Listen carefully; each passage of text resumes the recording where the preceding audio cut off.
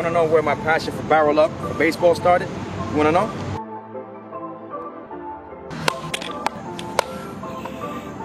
It all started on a baseball field just like this, catching barrels at an early age. Welcome to BarrelUp Podcast.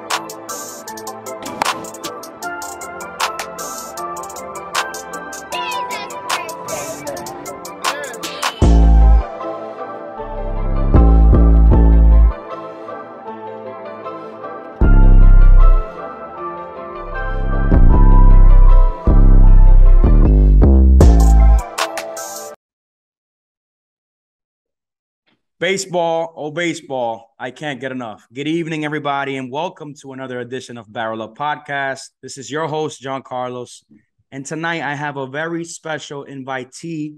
This is a story that is going to be very well respected and one to hear and to see. Without further ado, I have shortstop Andrew Estrella. Andrew Estrella, a kid that I've been following for numerous years. I knew about him because of his father. His father is one of the best coaches in the northeast or southeast area, I should say. We're here in New York, but they're from the Florida area. And I've been following his trajectory since he was a kid to now one step away from, God willing, the pros. He's at Stetson, if I'm pronouncing it correctly. And without further ado, we're going to meet Andrew Estrella. Andrew, my man, thank you for giving me the opportunity.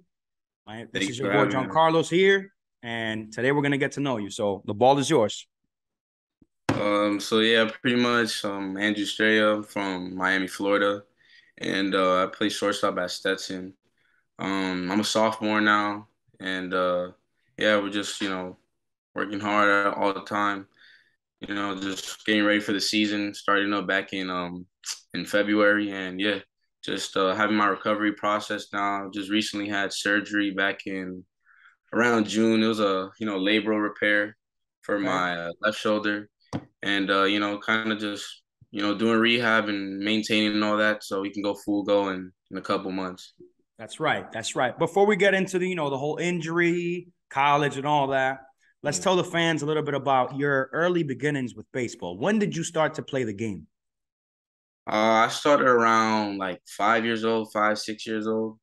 And, it was just going to the park or like my backyard, and me and my pops would just throw and swing the bat, like a little wiffle ball bat, and he'll throw the wiffle ball.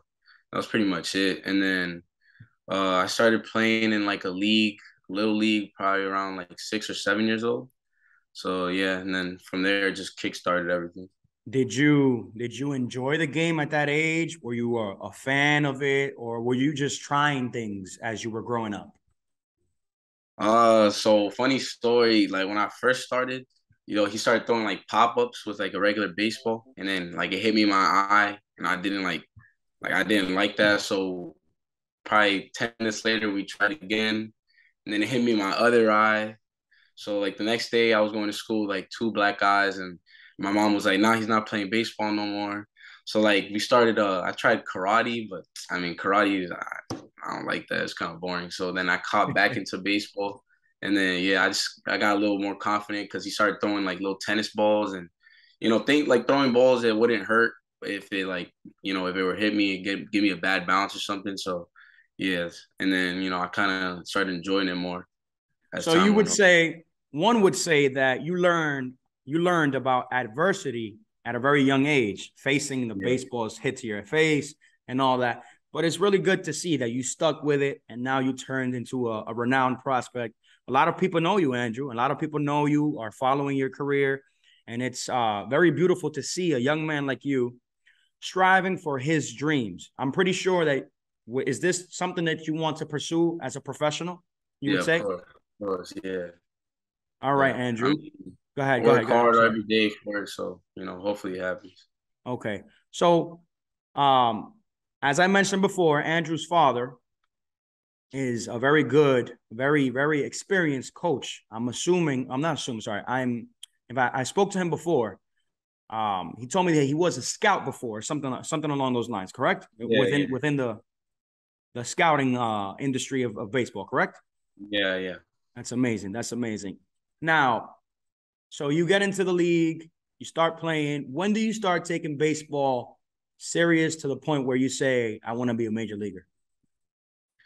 Um, so like kind of when I started playing travel ball, which was around like 9 or 10 years old, it was like kids more competitive. There was, we'd go to tournaments all the way in Georgia, Alabama, and stuff like that. So, I saw kids, they always wanted to play college or some just wanted to play high school, but I always wanted to play in the pros because I really liked it. Like I was always watching MLB games, playing MLB The Show all the time, watching YouTube videos of highlights of all these my favorite players like Jose Reyes at the time. So like I always knew I always wanted to play baseball since I was a little kid. And my parents, especially my dad, knowing about that, helping me get better all the time, kind of made it so much like easier and like knowing like baseball it was something around my family at all times. So pretty much like I knew I wanted to play baseball. That's amazing. That's amazing. We share something in common. As I was growing up, I was aspiring to be a baseball player. I lived in Dominican Republic for 5 years. That's where I learned the game of baseball, the grind. I was going to school on Saturdays. Yeah. That's a little bit different from here because baseball was so demanding out there. For those who don't know or have an idea, baseball in Dominican Republic is very demanding, and you will get better if you stick through it because it's literally eat, sleep, think baseball all day. So as far as the work ethic, I understand exactly what you're talking about. And it's nice to see that. Nice to see that. Now we're going to move forward and we're going to talk a little bit about your personal likes and what you don't like. Who's your favorite team? What's your favorite player? You mentioned Jose Reyes, but who did you look up to as you were growing up? Um, Jose Reyes, I like just the way he played the game. He was always smiling, always happy. You could like basically you could never tell if he had a bad game by the way he acted. I just like guys like that. They're fun to watch. Guys that I like now are like Lindor or Fernando Tatis. Those are guys that just like even if they don't do anything that game, like they go 0 for 4 or something, they're just exciting to watch. That's like kind of what I want to be. And that's pretty much it. When I look at your frame and the way you swing the bats and the way you move around the infield, you remind me a little bit of Jeremy Pena. Do you know who Jeremy Pena is? Yeah, I know Jeremy. You guys have similar demeanor to the game. I haven't seen you slam a bat or slam a helmet when you strike out. I've been closely following your career, like I said before. What do you attribute your discipline to? Your discipline as a human being? Just knowing like, there is frustrating moments at times like where, kind of, yeah, it makes you want to do certain things that you shouldn't do, but you just got to understand it's a sport, it's a game of failure. And you got to understand that like sometimes you could square up a ball and hit 100 mile per hour off the bat right at someone. And then you could get jammed and break your bat and duck farted over the shortstop. But one of them is a hit, the other one's not. Same way you can be at the very top of the mountain where you feel like the greatest player of all time, where nobody can get you out. And then you could also go from being one of the worst players that same way. So, last season I had a lot of ups and downs. There was times where I could have been the best player in the conference, and there was times where I was definitely probably the worst player in the conference. And you kind of just got to understand my coach here at school, he talks a lot about like adversity and a lot about the mental part of the game. So, I really appreciate all the coaches here for that. They kind of keep you always like level headed and, letting you understand that failure is part of the game and you got to just overcome it. You're doing a very good job, I would say, my man. And thanks to the coaching staff at Stetson. You guys are Division I, for those who don't know. So you are competing in the highest level of collegiate baseball. You're competing against LSU, Duke, all those top schools. You have Texas, all these schools. So now fast forward into your high school career. How did you manage to basically break through and from high school in Miami, where it's very competitive, you're playing baseball all year round. Yeah. How did you stick out as yes, this is the guy we're gonna want at Stetson as a shortstop? How did you stick out? Like what did you do differently from other top prospects? You would say. Um, I feel like a lot of kids, we could all throw 90 across the diamond. We could all run a 6'5". We could all hit the ball to the parking lot. Like, there's a lot of kids like that in Florida. There's very much athletic kids. I guess because pretty much what had happened was just the coaches, they just watched me continuously, and they always see me. They always talk about my consistency and like just my work ethic. So our coach really preaches a lot on work ethic and attitude and work ethic and just working hard all the time. So I guess that's pretty much what he liked, what stood out. Other than I guess he liked that I was a good player and I could bring something to the program, but he wanted, he just wants someone that can work hard and have good attitude and have be a role model for other people in the team, or just keep that what's the word, keep that culture going of hard work. And that's once the culture is set, that's what the type of players they want to receive. And I guess I was one of those players.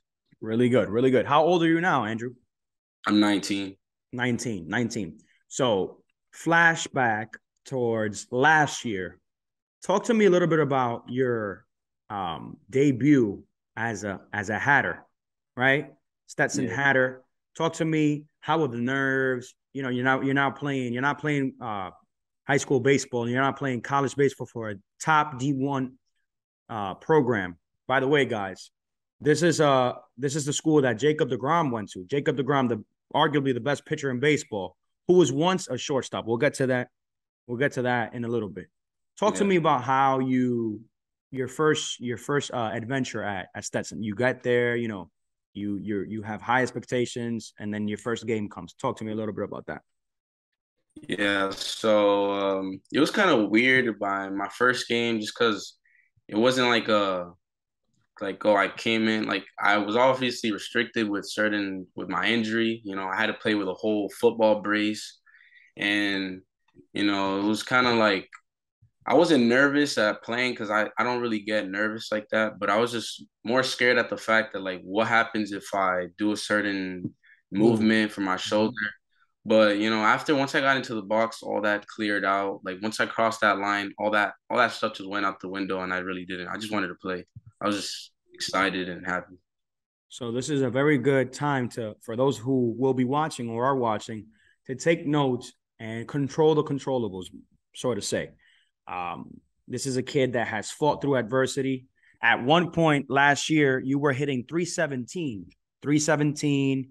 You were starting at shortstop. How did that feel, knowing that you were on ESPN, telecasted by ESPN? There's a little bit of, I'm here now. How did you Yeah. control that? All the noise. How did you block all the noise? Which is not a bad thing. All that noise is good. Publicity, promotion.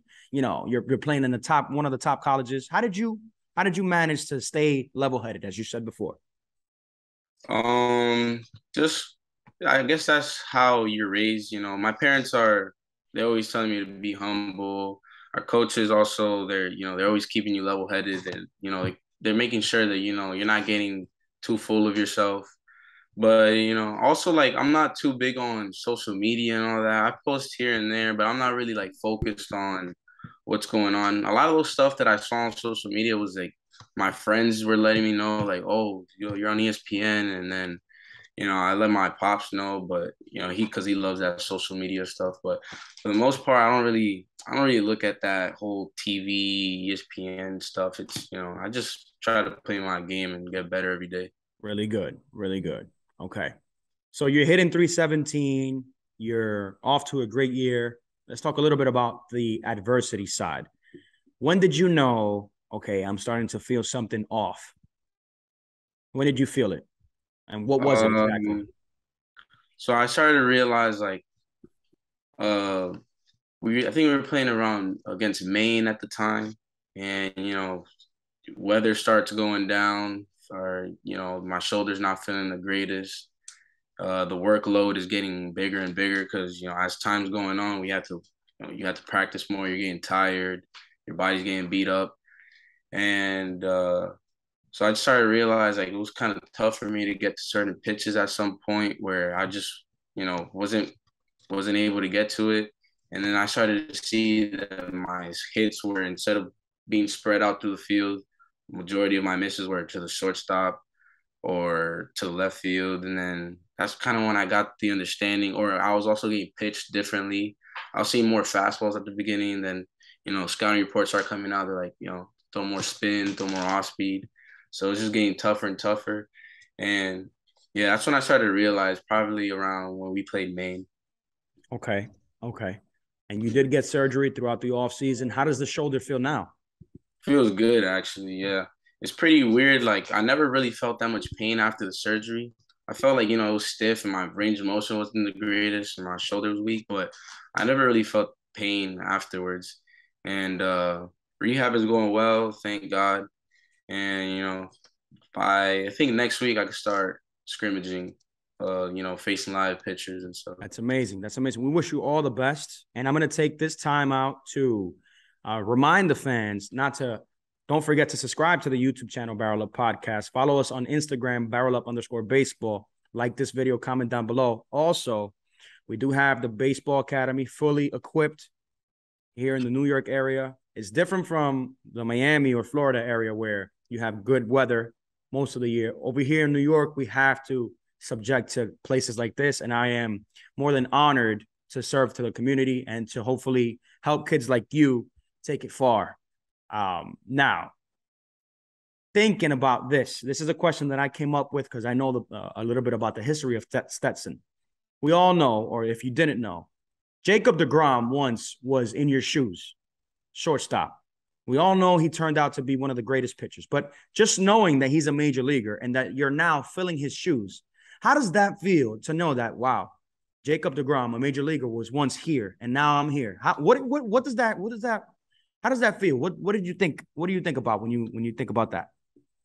I think it's pretty cool just because not everybody can get to say, "Oh, I played where Jacob Degrom or wherever any major leaguer played at." You don't really get that opportunity. So, I pretty much just try to appreciate everything I have, and never take it for granted.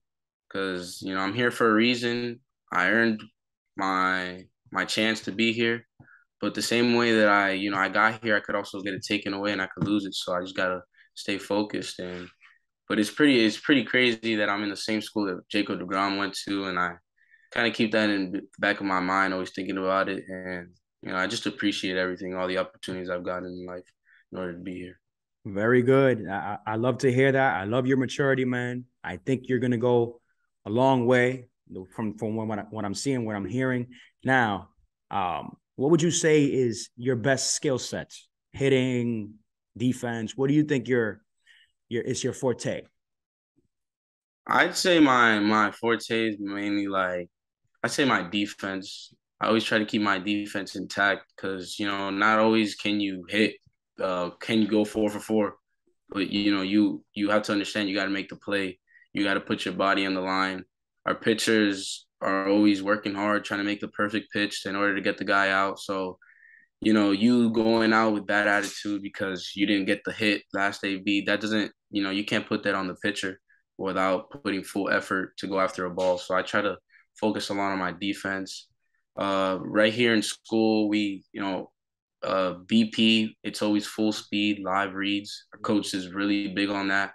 Last year, our coach in our fall exit meetings, he was like, you got to take this more serious because I was more like nonchalant and nobody's ever told me that, oh, you need to take it more serious practice. Everybody's always talks about how I work hard and all that.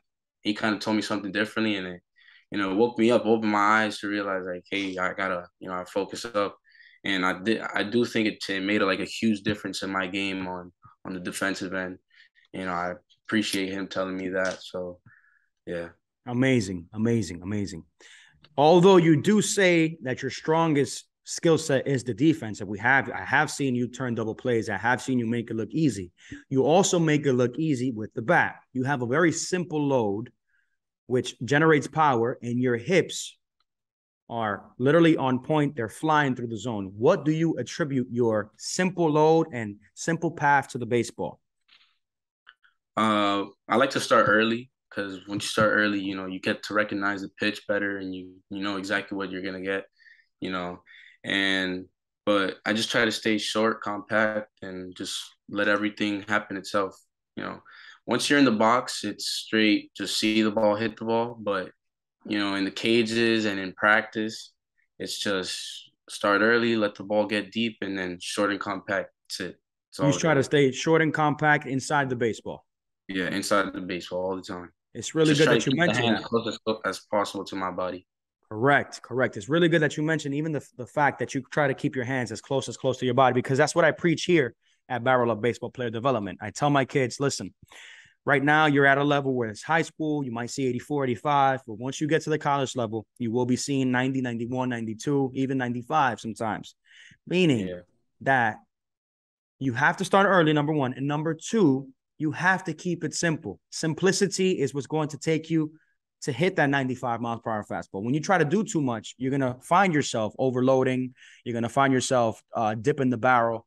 And that's what we try to stay away from. And you do a very good job at that. And I congratulate you for it. Right. Thanks. Now, how important is, if you can hear me, I'm not sure. Yeah, there it is. Yeah. How important is balancing the school educational and the athletic world? How do you balance that? If you can give me like your day to day.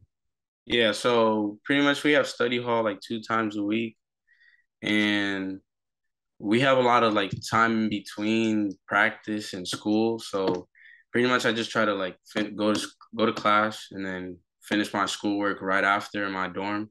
So then I don't have to like let those stuff pile up, and then I could just focus on because our classes are pretty much done by 2 o'clock, 1 o'clock. So then you have the rest of the day to just either relax and go to practice and stuff.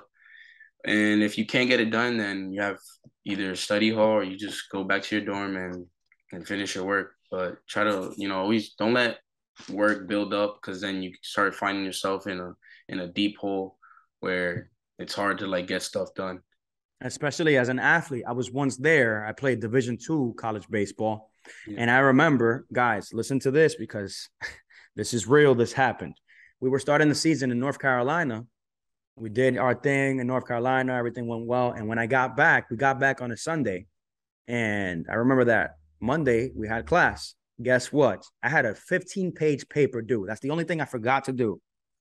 15-page paper to do by Monday at 8:15.